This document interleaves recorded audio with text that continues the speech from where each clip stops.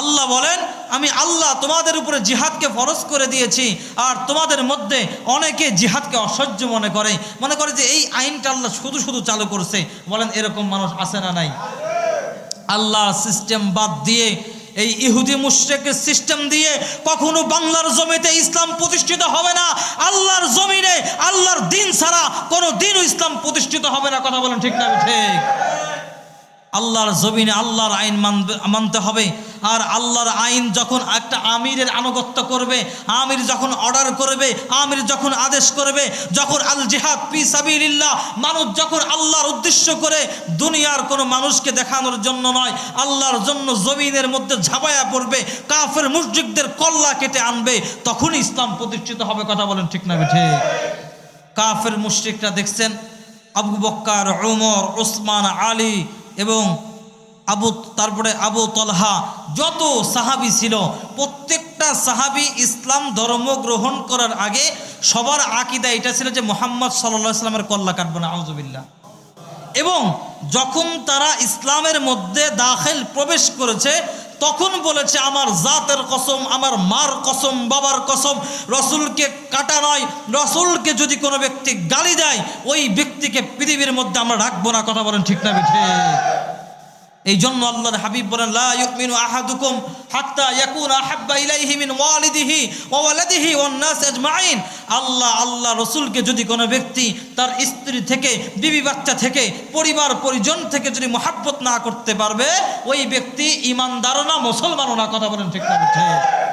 এই জন্য নিজের থেকেও নবীকে, আল্লাহকে, আল্লাহর সিস্টেমকে, রসুলের সিস্টেমকে, রসুলের দেখানো পথকে সম্মান করতে হবে। এই জন্য আল্লাহ তাআলা এই কোরআনের মধ্যে বলেন, লা ইয়াস্তাবিল কাঈদুনা মিনাল মুমিনিনা, যে ওই ব্যক্তি কি সমান ওই ব্যক্তির মতো যেই ব্যক্তি আল্লাহর পথে যার জান দিয়ে, মাল দিয়ে জিহাদ করে, আর যে ব্যক্তি কোনো ওযর ব্যতীত আল্লাহ নিজের ঘরের মধ্যে বউ বাচ্চার কাছে পড়ে থাকে। এরকম মানুষ আমাদের সমাজে আছে না নাই? যদি বলা হয় ভাই নবীকে নিয়ে কটূক্তি করছে, কুমারখালী মিছিল হবে, ভাই আমার সমস্যা আছে, আমি যেতে পারবো না, আছে না নাই? আবার নিজেদেরকে ইমানদার বলে দাবি করে। আবার যদি বলা হয় যে তুমি কি মুসলমান, কই মুসলমান মানে আমার বাপ মুসলমান, দাদা মুসলমান, আমি বড় মুসলমান, কিন্তু ও নামদারি মুসলমান, কাজের মধ্যে ও আসলে বাটপার মুসলমান। কথা বলেন ঠিক না ঠিক? এই জন্য আল্লাহ তাআলা কোরআনের মধ্যে ডাক দিয়া বলেন, ইয়া আইয়ুহাল্লাযীনা আমানু হাল আদুল্লুকুম আলা তিজারাতিন তুনজিকুম মিন আযাবিন আলীম। আল্লাহ তাআলা কোরআনের মধ্যে বলেন, এই ইমানদার বান্দারা, তোমাদেরকে আমি আল্লাহ এমন একটা ব্যবসা শিখাই দিব, তোমাদেরকে আমি এমন একটা বিজনেস শিখাই দিব রে বান্দা, যেই বিজনেসের মাধ্যমে, যেই ব্যবসার মাধ্যমে দুনিয়াতেও লাভবান হবা, আখিরাতেও তোমরা লাভবান হবা। সুবহানাল্লাহ। এরকম ব্যবসা আমরা শিখতে চাই কিনা?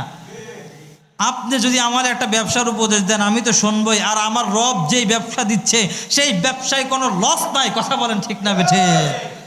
আল্লাহ তাআলা বলেন, ইয়া আইয়ুহাল্লাযীনা আমানু হাল আদুল্লুকুম আলা তিজারাতিন তুনজিকুম মিন আযাবিন আলীম।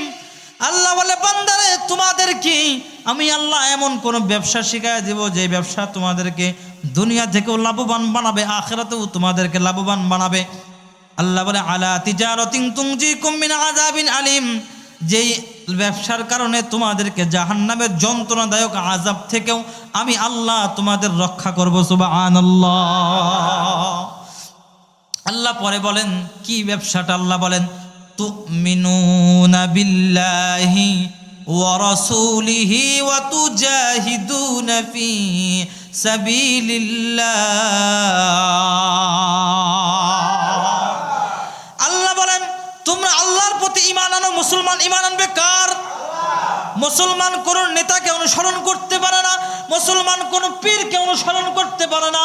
মুসলমান একমাত্র মানবে, একজনকে অনুসরণ করবে, সেটাই হলেন আল্লাহ। আল্লাহ আল্লাহ কে মুবারক নাম হ্যায়, আল্লাহ আল্লাহ আশিকু কা কাম হ্যায়। তাহলে মুসলমান একমাত্র মানবে কাকে?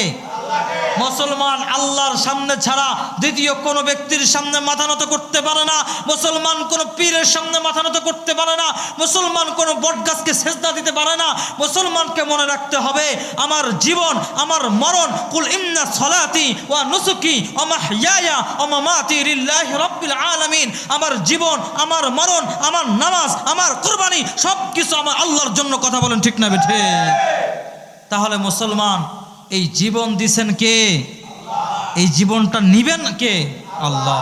তাহলে এই 2 দিনের জন্য অন্য নেতার জন্য জীবন দিয়ে লাভ আছে? নেতার পিছনে ঘুরলে নেতার যে কয়দিন পাওয়ার, সেই কয়দিন আমার কোনো মতো পাওয়ার। আর আল্লাহর দল করলে, দ্বীনের দল করলে, ইসলামী দল করলে দুনিয়াতেও লাভবান, আখিরাতেও লাভবান। সুবহানাল্লাহ। কি একটা ব্যবসা!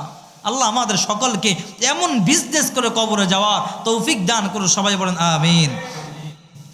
তো আল্লাহ বলেন, তুমিনুনা বিল্লাহি ওয়া রাসূলিহি ওয়া তুজাহিদুনা ফি সাবিলিল্লাহি বিআমওয়ালিকুম ওয়া আনফুসিকুম।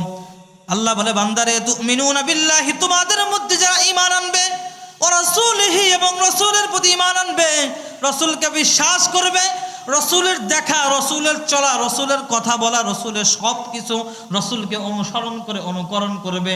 আল্লাহর হাবিব বলেন, আল মারউ মা মান আহাব্বা, যার সাথে যার মুহাব্বত তার সাথে তার কিয়ামত। সুবহানাল্লাহ। তাহলে মুসলমানের যদি রসুলের সাথে মুহাব্বত হয়, কিয়ামতটা কার সাথে হবে? নমরুদের সাথে তার হবে না। মুসলমান যদি রসুলকে ফলো করে, মুসলমান যেরকম দাড়িটা রাখছি কার সুন্নাত?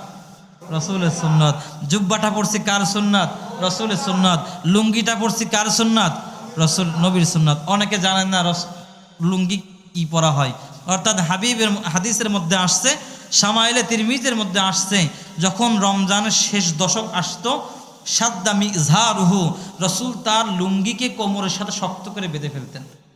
আচ্ছা, রসুল যদি লুঙ্গি না পড়তো তাহলে কি বাঁধতে পারতো টাইট করে? যদি কোনো ব্যক্তি দুনিয়ার মধ্যে লুঙ্গি পরিধান করে আর যদি তিনি ভাবে আমার নবী লুঙ্গি পরছেন আমিও পড়ি, নবীর একটা সুন্নত জিন্দা করা হলো। সুবহানাল্লাহ। রাসূল বলেন, মান আহাব্বা সুন্নতি ফাকাদ আহাব্বানি কানা মাই ফিল জান্নাহ। যে ব্যক্তি আমার একটা সুন্নতকে আঁকড়ে ধরলো, আমার সুন্নতকে মহব্বত করলো, কাল কিয়ামতের ময়দানে আমি নবী তাকে মহব্বত করব, জান্নাতে দাখিল করব। সুবহানাল্লাহ।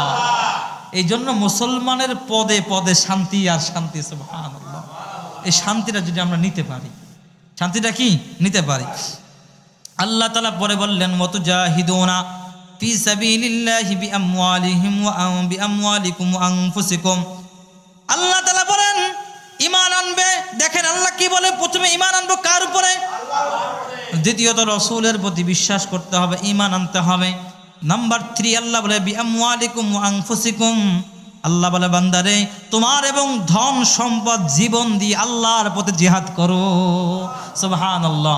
দেখেন আল্লাহ প্রথমে বলছে কার প্রতি? আল্লাহর প্রতি। তারপরে আল্লাহর বন্ধুর প্রতি, মানে মুহাম্মদ রাসূলুল্লাহর প্রতি। তারপরে বলে তোমার জানমাল। তাহলে ইসলাম প্রচার করতে গেলে জানমাল দরকার আছে না নাই? এই যে মুরব্বী আসছে, আপনারা যে বাইরে থেকে আসছেন, এর জন্য 5-10 টাকা খরচ হয়েছে কি হয় নাই? হয়েছে তো। ইসলামের জন্য আল্লাহর হাবিব বলেন, যেই ব্যক্তি খরচ করবে এই খরচটা আল্লাহর কাছে 27 গুণ বৃদ্ধি পাবে। সুবহানাল্লাহ। যেমন আল্লাহ বলে, কামাথালি, উদাহরণটা হলো এমন, আল্লাহর পথে খরচ করার নমুনা হলো এরকম, একটা সরিষা থেকে একটা গাছ হয়, গাছের প্রত্যেকটা 10টা ফাইল হয়, 10টা ফাইল থেকে এক একটা ফাইলে 100টা করে সরিষা হয়। সুবহানাল্লাহ। আল্লাহ বলে 1 টাকা দান করবা, 1 টাকা দ্বীনের জন্য খরচ করবা, এই 1 টাকা থেকে 27 গুণ বাড়ায় দেব। সুবহানাল্লাহ। এই জন্য দ্বীনের জন্য খরচ করলেও লাভ। সুবহানাল্লাহ।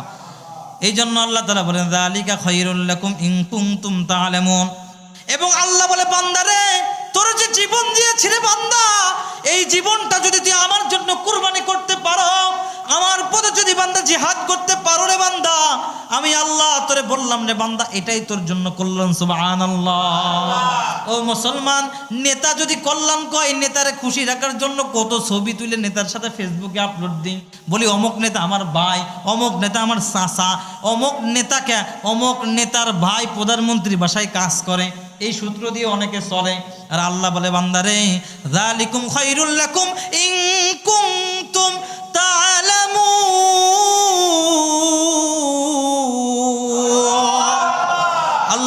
বান্দারে তুমি যদি খরচ করতে পারো রে বান্দা, আমার পথে জিহাদ করতে পারো রে বান্দা, এটাই তোমার জন্য কল্যাণ। আল্লাহ তাআলা আমাদেরকে এই কল্যাণমূলক কাজ করার তৌফিক দান করো, সবাই বলেন আমিন।